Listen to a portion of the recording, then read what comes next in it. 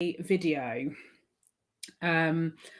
partly to just context a post that I shared yesterday about our ability to hold multiple truths, multiple perspectives about what's happening in Ukraine and the impact of that on the Black community when you can see how Africans are being treated. What's really interesting is the response to which, when those of us who have spoken out and drawn attention, I guess, to the unequal treatment, is this idea that as Black people, we should be quiet. Now is not the time. There are bigger things, more important things happening, which to my mind is a euphemism for you are not as important. Also amplified by the media in the way that they have been covering the news of what's happened in Ukraine and reinforcing, I guess, a racial hierarchy that exists. We should feel more sympathy. We should feel even more shocked and even more horrified about the impact of what's happening there on Ukrainians because they're blonde-haired, blue-eyed, white Europeans. It is a civilized country in comparison to Iraq or Afghanistan, or African countries even. For whatever reason, this conflict has garnered more public support, more attention, more media coverage. Not to say that what's happening is not important, but the point that I was making yesterday is that conflict is happening all over the world, is still happening all over the world. And when you look at the way the media portrays and how people step to those of us who want to call out the fact that racism is not okay when we are talking about a humanitarian issue, we are the ones that are attacked and are vilified. Now, with me sharing that post yesterday, and I don't know if anyone knows this website on Instagram, I'm Just Bait, but I commented there as well, like randomly, and then got, oh my goodness, all sorts of stuff came back. The bit that always concerns me is the expectation that Black voices should be silenced, or that highlighting issues that affect us is conditional upon getting permission. It's conditional upon nothing else happening that affects the majority, in inverted commas, and the majority can be whoever. And that the net result of that, it means that people become fearful of using their voice. They become scared of speaking out because to speak out looks like you're not supporting the Ukrainian people. It looks like you're, whatever the labels, whatever the assumptions that goes with that. That is a form of silencing. And like if I could show you the DMs that I got after what I shared yesterday, and if you look in the caption, I didn't say a lot, but the point was made clear. Now, in the workplace, there's so many people who want to be able to speak like this, because you've got to understand, we're all talking on WhatsApp, we're all DMing, we're having phone calls. It's shit. But nobody wants to talk about it, not really. And even for me, I see people who said to me last year, the year before, oh, can't really get involved in, all of this stuff around Black people because it's too political. I've got to be seen to be neutral. And there they are with the flags of Ukraine, and, they're doing this and they're donating here and they're doing that. So it reinforces this idea that when it comes to humanitarian issues, there is a hierarchy. And so for those of us that are consistently speaking out about racism, systemic racism, all of this just highlights that it doesn't matter how many more Black people you've hired into your organization, how much of your marketing materials has Black smiling faces on, or Black women, which seems to be the thing at the moment. If we cannot get to grips with how society, how the media, how organizations perpetuate racism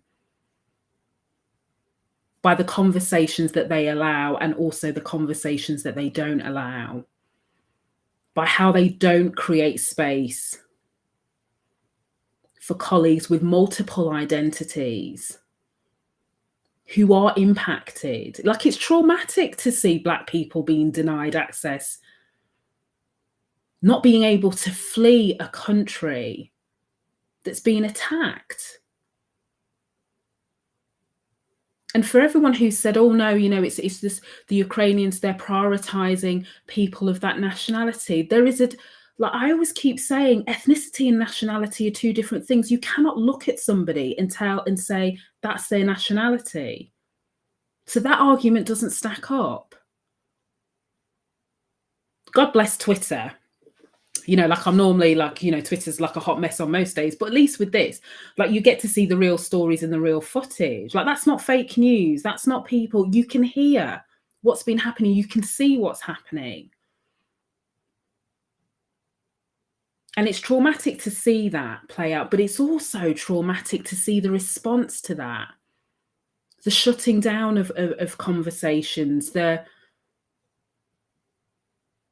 frequency and the loudness of which people say with their full chest, like, you have to be quiet. This is not the time to be talking about racism. When you talk about racism, this is more important, i.e., they are more important because they're white European. A crisis is a crisis, and my personal view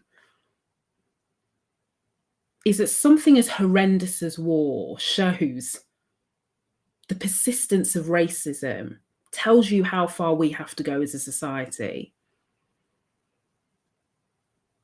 So like I don't do like radio and media and all that good stuff, but it just highlights this point around,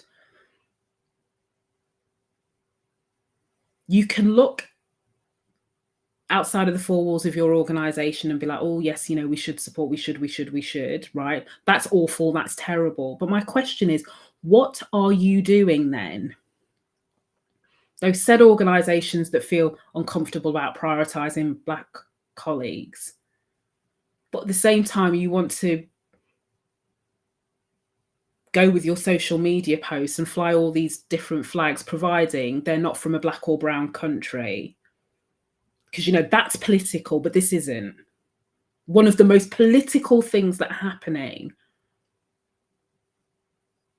So I hope anyone who read my post and didn't engage, which is fine, because I always know that's happened, but maybe just reflected a little bit on how telling it is our human responses to tragedy, to war, to conflict, and what that says about us as human beings. But then from a leadership perspective, like, where do you show up here? It's not to say you've got to have all the answers and you've got to have a party line and, all of that good stuff. It's about, how do you acknowledge that there are people impacted, there are people that are affected by what they're seeing in the news, but also how they're treated when they raise it. And do you just expect them to be quiet because they are not the majority?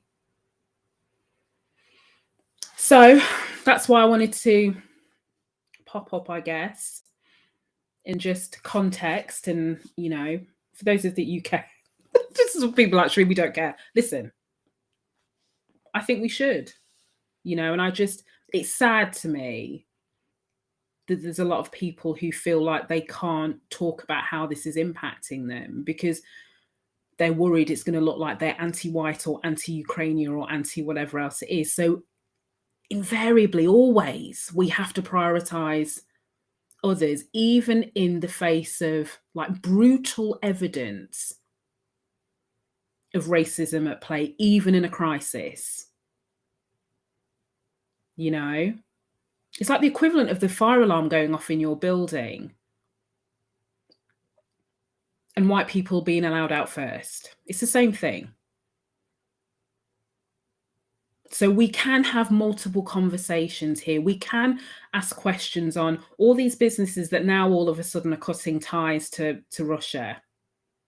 And everyone's applauding them. Nobody's asking the question why they were involved in the first place. I'm using that as an example, and it's not an absolute, but just using that as an example. We can ask questions about embassies on borders of Ukraine and how they're supporting anyone who doesn't, in inverted commas, look Ukrainian, i.e., who isn't white.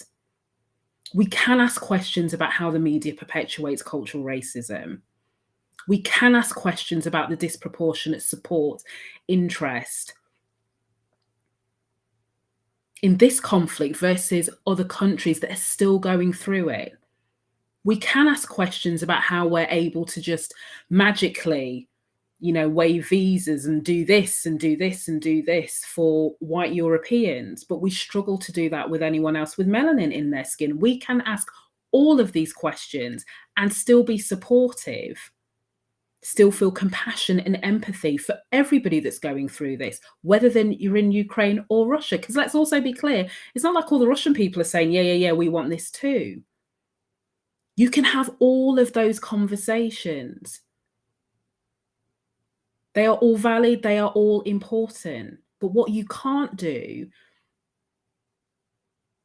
is use your racism to silence the voices of people that don't look like you because you feel like this is more important, they are more important.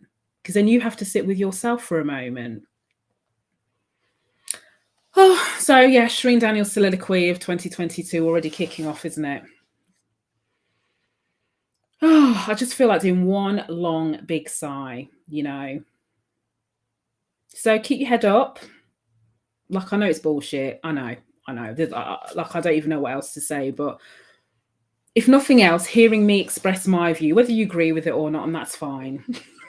I've spent all weekend being attacked in some way. So people follow me all sorts of places. But it just gives you confidence that not everybody is going to be silenced. Do you know what I mean? And I have no shame, and I feel quite open with prioritizing people who look like me, as I have done. I haven't moved from that, and there are other people who equally will continue to speak to that, irrespective of what the pushback is. And there's plenty, but it happens all the time anyway. But it's like, well, if we don't say nothing now, have we learnt nothing then over the last 2 years, All right, well, listen, you take care. Have a day that allows you to just be. I'm not even going to say productive. I'm not going to say restful. I'm just going to say have a day that allows you to be. And I don't know when I'm popping up next on a live. It'll be some point when I can even play music, but I'm anti-Spotify at the moment. So I need to find an alternative music stream. Like, that's a whole other story. But anyway, I need to find another music streaming device. So yeah, I'm not hooked up. But I didn't even feel in the mood to be playing any music today. But next time I will play some tunes and yeah, we can have a conversation. Hopefully, is something not as tragic as what's going on. All right, you take care.